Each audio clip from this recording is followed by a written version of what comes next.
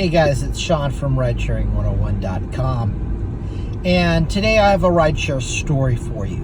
And right now I'm on the road driving down to see my young nephew, my young niece, and my younger brother and his wife. My dad's going to be there as well, and lots of family.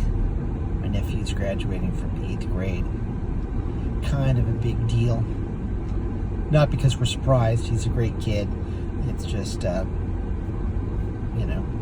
high school next year. Ooh, rite of passage. I'm kind of a proud uncle because he looks like he's going to Robert Louis Stevenson School, which is where I went to high school. So he's a bit of a legacy, I guess. And I didn't get into too much trouble when I was there. I didn't really do anything noteworthy. My big claim to fame is I have a picture of like a cookie, of an almond cookie that made it into a cookbook. And that's my kind of, and I have a picture when I was doing radio in some kind of like media guide or whatever. I'm doing radio and I got to cover the Pretenders extended play record. So that's my kind of high school claim to fame, which really means nothing, but anyway. So yeah, he's looks like T-Bone Tristan will be going to RLS, so that's good. Now I want to share this rideshare story because it was really, some of these crazy things just kind of happen, and I pick up this woman outside of El Rio.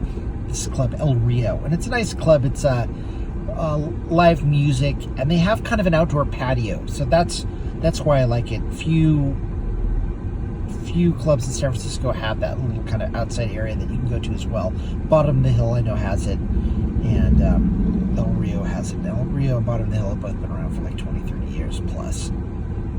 So anyway, I pick this woman up. She says goodbye to her friends. She gets in. We're talking. She's slightly, a hint of speech is a little slurred, so I'd say not drunk, but probably definitely a good buzz going on. And we get in. She's a little bummed. She's bummed at her boyfriend because it turns out, she tells me that the last 3 boyfriends that she has have all cheated on her, so she's a little kind of paranoid about that. He was talking to some woman.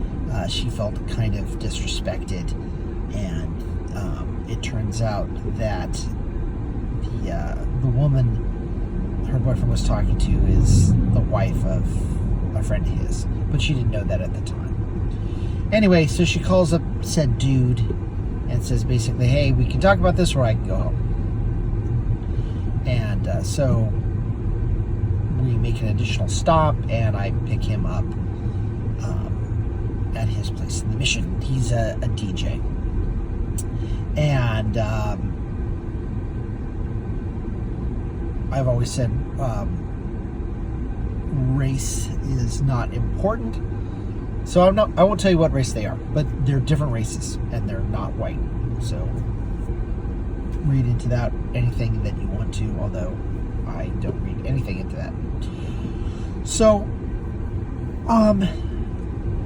dude gets in the car. He's got something like maybe a Creator Records or something, and he gets in, and I don't want to say they go out at it, but they start having a discussion right away. And he doesn't even say hello to me. He doesn't even acknowledge me, and he just goes into a conversation, and he's sort of upset, and he's dropping F-bombs left and right. And normally, language is something that is important to me. If he was being disrespectful, if he was calling her an effing this, effing that, then I would have intervened, stopped the car, kicked him out. But it was more just like expletive, like, F, I can't believe it. I mean, why would you even do that? And he's not demeaning her. He's not, critiquing her like effing this or that, or she's being surprisingly sort of calm and easygoing. especially since I put her in a slightly buzzed state. She's being actually kind of rational, and and the guy, he keeps repeating the same thing. It was effing so-and-so's wife, his wife, and the other dude was like a DJ, and the way this guy is saying it's kind of like he reveres this other DJ, and it's and I'm like, okay, but it's like, she's his wife, and she's like, well, I didn't know that. He's like, how could you not know that? You were standing right there. She's like, yeah, I was there for like 10 minutes, and you're like talking to her, and I can't believe I didn't hear my name. You didn't say anything. And he's like, if you would just effing had come over, I would have said, oh, and this is my girlfriend. But she knew who you were, but I would have introduced you to her. And he's making this circular argument. She's like, can I just say something? And he's like, no, you effing you just don't get it. And then he'd like shut down. He gets so mad, he'd be like, oh, just forget it. And then he'd launch into it again. And she's like, well, look, and she's being pretty calm. Like, I didn't realize that. She's sort of explaining her point of view. And basically the guy is saying, you should just come on over. And she's like, well, I thought you were being disrespectful. And I'm like, he's getting angry. And he's like, well, you punched me in the shoulder, or you whatever. And I don't think she physically like a fist fight or something. I think she was just kind of like, hey, dude, what's up? And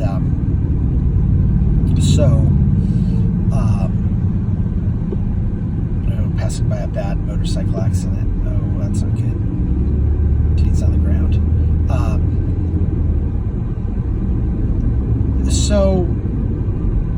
But she's being pretty calm, and she's like, well, to my credit, or to, my way of seeing things or whatever. And she's being very rational, very calm and collected. And dude is just kind of, I think, totally overreacting. I understand he's mad, but I'm taking her side.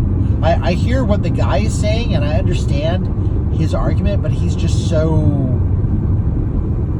kind of cranky about the whole thing, like kind of being a little prima donna, that I'm like, I'm on her side, especially, and she's like, he knew my history, I can't believe, and she even said that, well, knowing what you know about me, I really can't believe that it didn't occur to you that, and he's like, why would it? Why effing, I'm just like, dude,